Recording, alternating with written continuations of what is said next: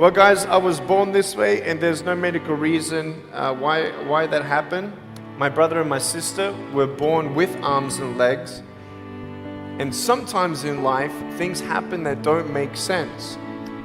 My doctors never thought that I'd be able to walk, and today, I'm walking. I'm from Australia. Anybody one day want to go to Australia? It's such a cool place. And I now live in LA. I'm a Southern California boy. So I only live about 4 hours from here. And today I'm going to tell you, man, I love freaking people out. My parents always said, Nick, you don't know what you can achieve until you try it.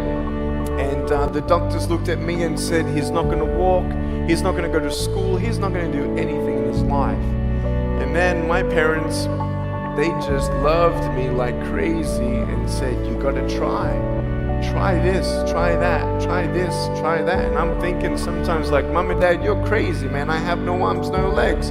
How would I ever be able to do this or do that? But they encouraged me and they loved me. And as human beings, we're waiting for stuff like that. We all want love. Everybody say love. Very good.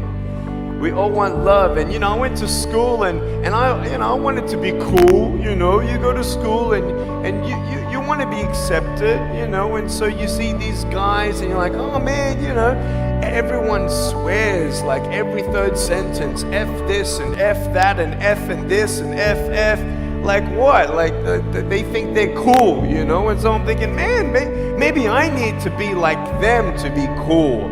And then you compare each other with how we look, and I wish I was smarter, I wish I was taller, I wish I was shorter, I wish I was more popular, I wish I did this, I wish I didn't have that. I wish my life was different. That was me when I was about 8 years old. I looked at myself and I looked at everybody else, and everyone else had more than me. And I'm asking, why? Why me? Have you ever asked the why me questions but get nowhere? If I had no answers from the doctors and if I had no answers from my parents, I still have a choice every day in my life to keep going or give up. You see this book up here? This is my favorite book in the whole wide world. This is my favorite book, the Bible. And here I am.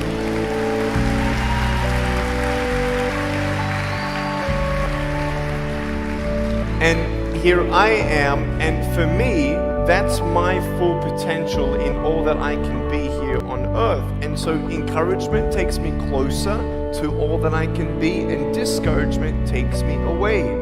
You see, it only takes 3 seconds for someone to tease me when I was at school and just say, you're ugly. You can't do this and you can't do that. And some of you thinking like, man, seriously? You had kids picking on you? Like, how heartless are those kids? Picking on me with no limbs? Like, you would probably say, well, I'm not that bad. I wouldn't pick on a kid with no limbs. But why would you pick on anyone? Well, because it's fun. It's just culture. Okay, we'll get to that. But for me facing all that stuff, I'm getting these seeds. Everybody say seeds. S-E-E-D-S, seeds. Have you seen the pictures of the sequoia reds up here in California? These huge trees, like some of the trunks could be as nearly big as this room. I've seen those photos where they've actually dug out a tunnel in a trunk of a tree. You can drive a full-size SUV right through it. That all started with a little seed. If you leave a seed of lies in your heart and in your mind and you don't know the truth, if you don't know the truth, you will die with the lie. I started dying because I started believing what I was told. I want you to know the 3 things that I needed to come to in my life is the truth of my value, the truth of my purpose, and the truth of my destiny. I want you to know something. In our mind, we put ourselves down all the time. I want to ask you today, do you think I'm cool enough to be your friend? But I don't swear, I don't use the F-bomb. Am I still cool enough to be your friend? But I don't tease people. Am I still cool enough to be your friend? but I have no arms, no legs. Seriously.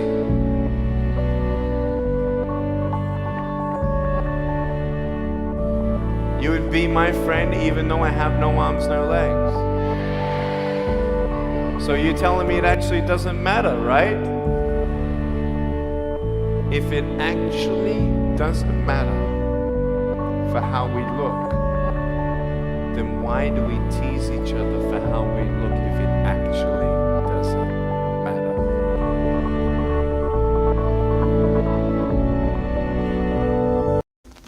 You got to have the courage. Do you have the courage to act outwardly on what you see inwardly? Or will you die a dreamer? Will you die on the verge and on the edge and in the land of coulda, woulda, and shoulda? Do you have the courage? I'm going to drop something on you. It takes courage to be successful. It is far easier not to be successful. Misery will always have company. Success breeds contempt. If you don't want to make waves, be mediocre. Be normal and fit in.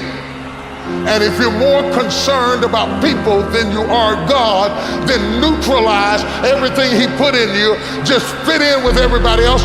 Dress like them, walk like them, act like them, eat like them, go where they go, think like they think, do what they do. And once you've neutralized your uniqueness, you don't need courage. It takes courage to be different.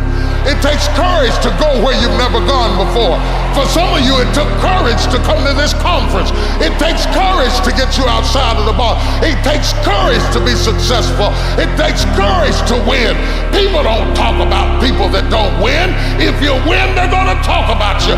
Do you have the courage to stand there though the storms keep raging and the people get to talking and you stand there and say, I've come too far to turn around? Do you have the courage?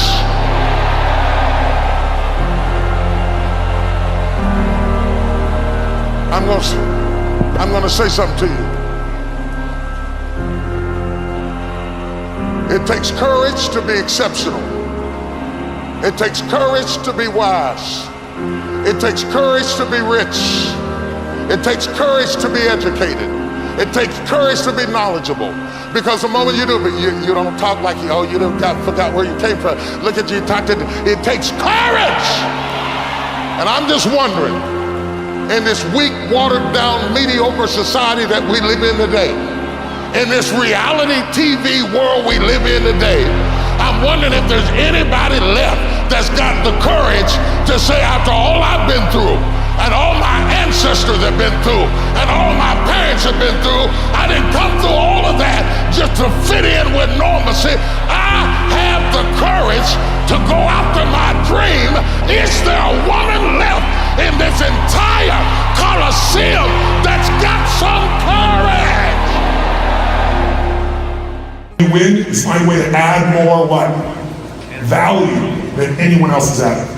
If you do more for others than anybody else consistently, you will win, you will dominate, you will build a brand. But if you allow yourself to only do so much, the person you cheat is you. I interviewed Coach John Wooden. Does anybody remember Coach Wooden? Yeah. I interviewed him 3 times over my lifetime, and I had the last live interview before he died. He died a week later. And so I got to know him over almost 20 years.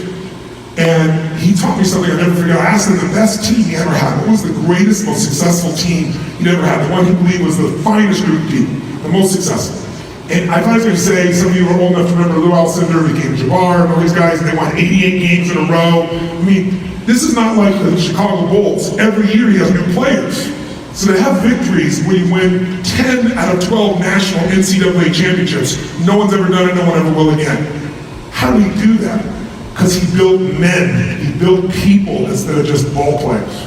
And he would not tolerate less than absolute optimum energy from anyone. He didn't give a damn how good skill you were. He said skill will be dwarfed by effort. And we forget today about effort. You all want to be strategic, which is so valuable, but it's the energy. And he said, I said, so what team? He picks this team. I never heard of it. I said, why? He said, because they maximize the potential. The team that won 88 games in a row did not maximize it. I said, wow. He said, Tony, there's only one definition of success.